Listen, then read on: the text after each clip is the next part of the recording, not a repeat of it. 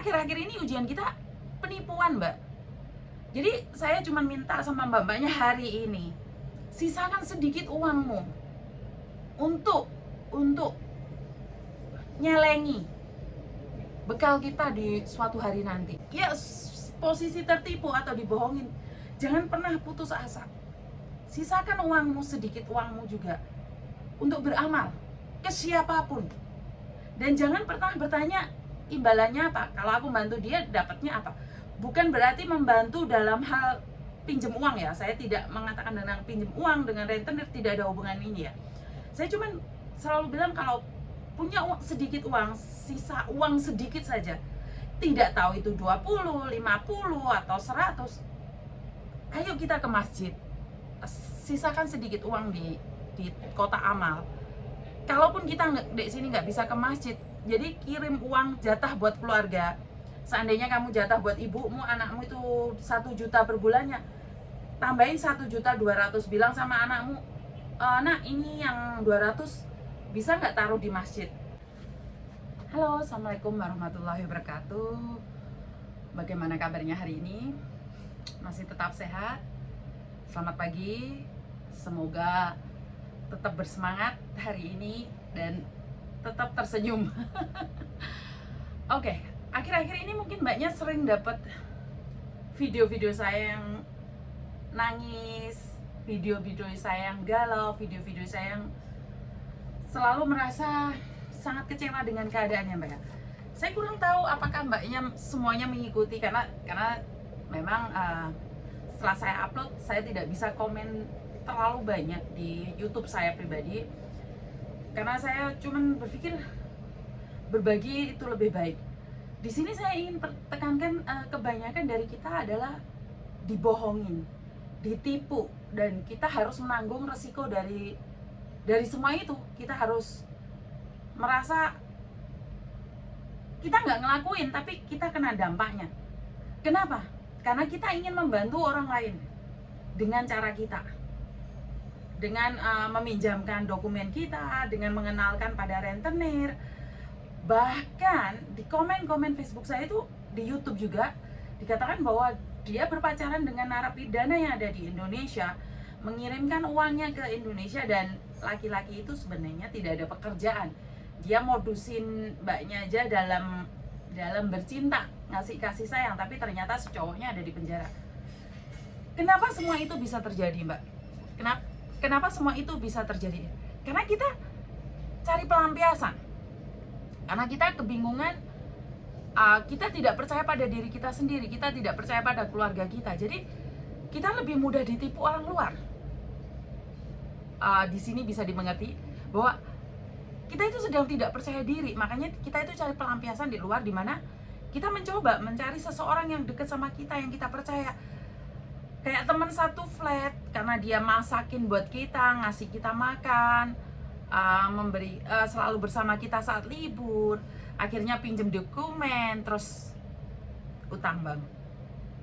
Dan itu salah satu contohnya. Terus ada contoh lain lagi, yang teman akrab, tiba-tiba tetangganya sendiri telepon, bapak ibunya sakit butuh uang, akhirnya pinjam data. Tapi kalau kita, saya dan Anda fokus untuk mencari uang buat keluarga, sebenarnya kita sendiri punya target ya, Mbak ya. Kalau aku minjemin si A hari ini segini banyak, terus aku gimana? Bukan saya mengajarin mbaknya tuh tidak punya rasa simpati terhadap sesama ya, bukan saya ngajarin untuk tidak punya rasa simpati terhadap sesama, bukan ya. Jadi intinya gila, kita bisa membantu orang lain, tapi apakah kita sudah berkecukupan?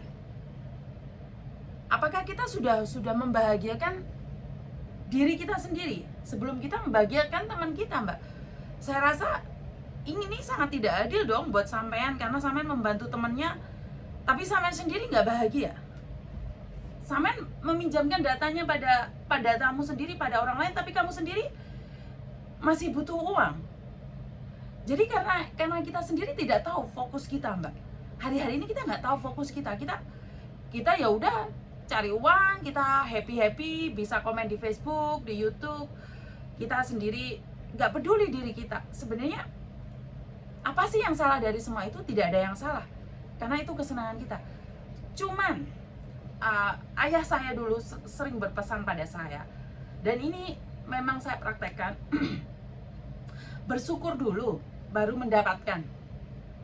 Kenapa saya bilang bersyukur dulu baru mendapatkan? Karena dulu saya waktu masih muda, saya bilang sama ayah saya, ayah, kalau sampai saya mencapai seperti ini, bisnis saya seperti ini, maka saya akan seperti ini. Tapi ayah saya bilang, kamu sedang menguji Tuhan. Maksudnya? Aku nanya sama ayah saya, maksudnya? Ya iyalah, kalau kamu bisa seperti ini, bisnismu seperti ini, maka kamu akan beramal. Namanya kamu menguji Tuhan. Kalau Tuhan gak ngasih kamu, maka kamu gak akan amal kan? Saya tidak paham dengan kata-kata ayah saya. Saya cuma berpikir, kok gitu?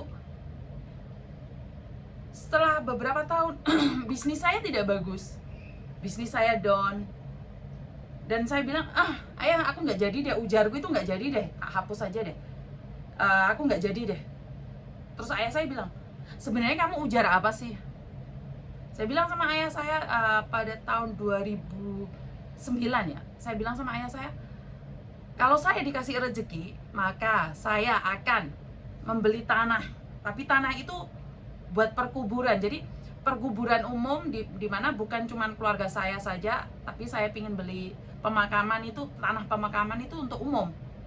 Akhirnya saya mengungkapkan pada ayah saya, itu tujuan saya kalau bisnis saya bagus. Tapi keluarga saya bilang, Mbak, kalau memang kakak mau beli, ya beli aja, bukan nunggu bisnis bagus baru beli. Dan akhirnya pada 1 tahun berikutnya saya berbilang, bener juga ya, bersyukur dulu baru mendapatkan, bukan mendapatkan dulu baru bersyukur. Ini sesuatu yang tidak mungkin. Jadi intinya kamu nanam dulu baru ada hasilnya. Terus saya baru ngeh, bener sih.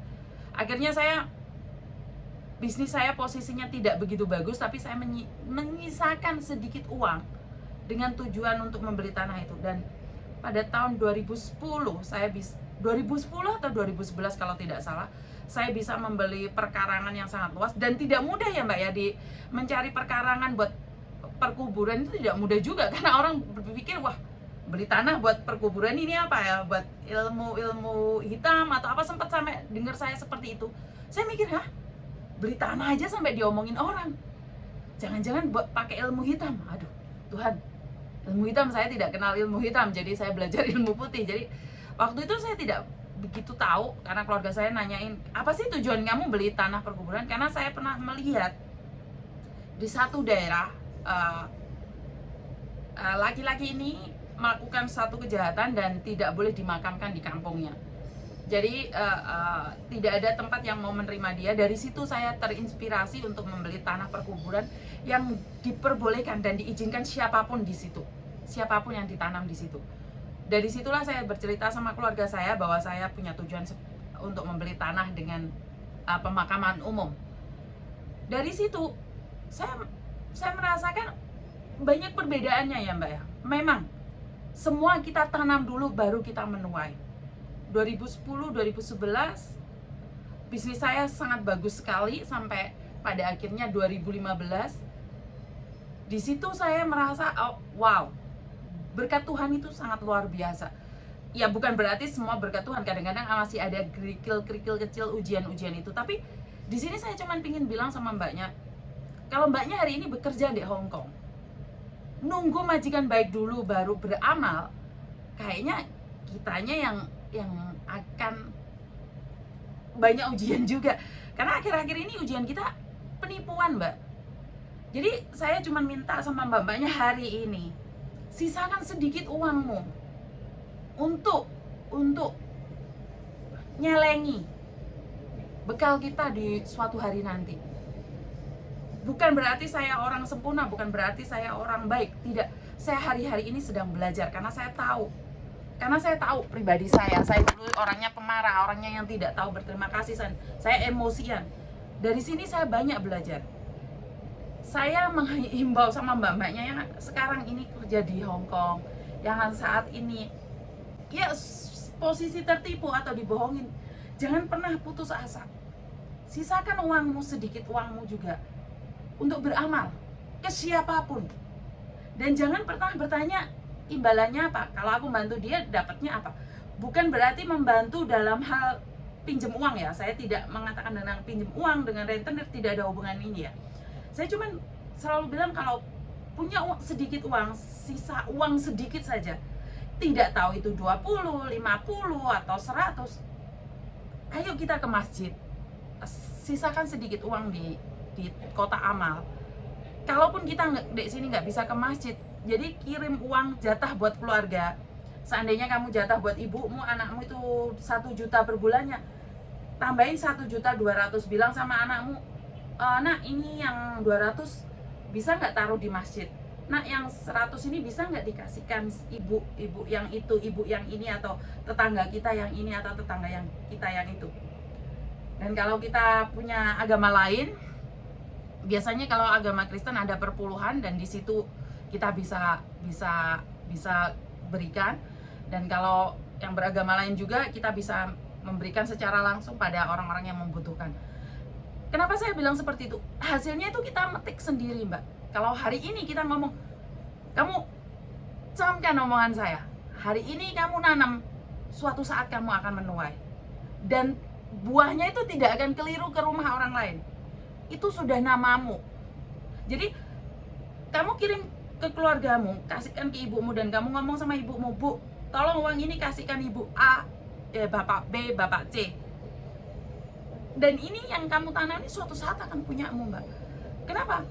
Saya merasakan sendiri saat saya berbagi, itu saya tidak pernah ditipu orang. Bukan berarti tidak ada orang yang berbohong sama saya, ada. Cuman sudahlah, biarkan saja, saya tidak dendam, saya tidak kecewa. Saya selalu bilang, untung saya yang dibohongi, bukan saya yang bohongin orang itu. Saat saya difitnah, video saya diedit, saya berpikir, kenapa sih saya sudah mencoba yang terbaik, kenapa kalian masih coba neror saya? Kenapa sih kalian mencoba menjatuhkan saya? Tapi sekali lagi saya stay back, mundur 1 langkah, dan saya bilang, oh bagus juga sih ada yang mengingatkan saya, bagus juga sih ada yang ngedit foto saya. Jadinya saya harus mengingatkan diri saya sendiri. Saya harus menjaga mulut, lidah, dan mata, telinga saya, serta tangan saya untuk tidak mengucapkan kata-kata yang jelek. Karena sekali lagi, kata-kata yang jelek akan kembali ke pemiliknya. Jadi kenapa saya bukan berarti nggak bisa marah ya, Mbak ya. Saya juga bisa marah. Saya kadang-kadang pikir, oh ini orang udah ditolong nggak mau terima kasih. Oh ini orang sudah seperti ini, tapi masih tetap nyakitin saya. Ya saya balik lagi, duduk sebentar, dan saya bilang, ya ini kesabaran saya saat diuji.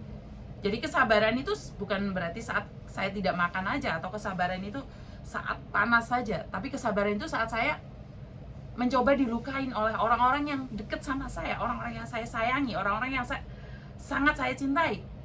Di situ kesabaran saya diuji. Jadi saya cuma mundur, saya tidak komunikasi, biarkan. Tapi dalam hati saya tidak pernah dendam pada siapapun, apapun alasannya. Karena saya benar-benar tidak ada waktu untuk memikirkan yang jelek tentang siapapun. Saya tidak ada waktu untuk berpikir gimana sih cara menjatuhkan orang lain. Saya lebih fokus untuk gimana sih saya bermanfaat buat orang lain. Kalaupun pada akhirnya saya dimanfaatkan orang, kalaupun ada kalanya saya harus difitnah, dijatuhkan, saya merasa ya itu bagian dari hidup, wajar dong. Hari ini aja tidak semua orang suka sama saya. Bukan berarti semua orang mendukung dengan adanya YouTube saya. Dan itu bukan hak saya untuk mengontrol pikiran.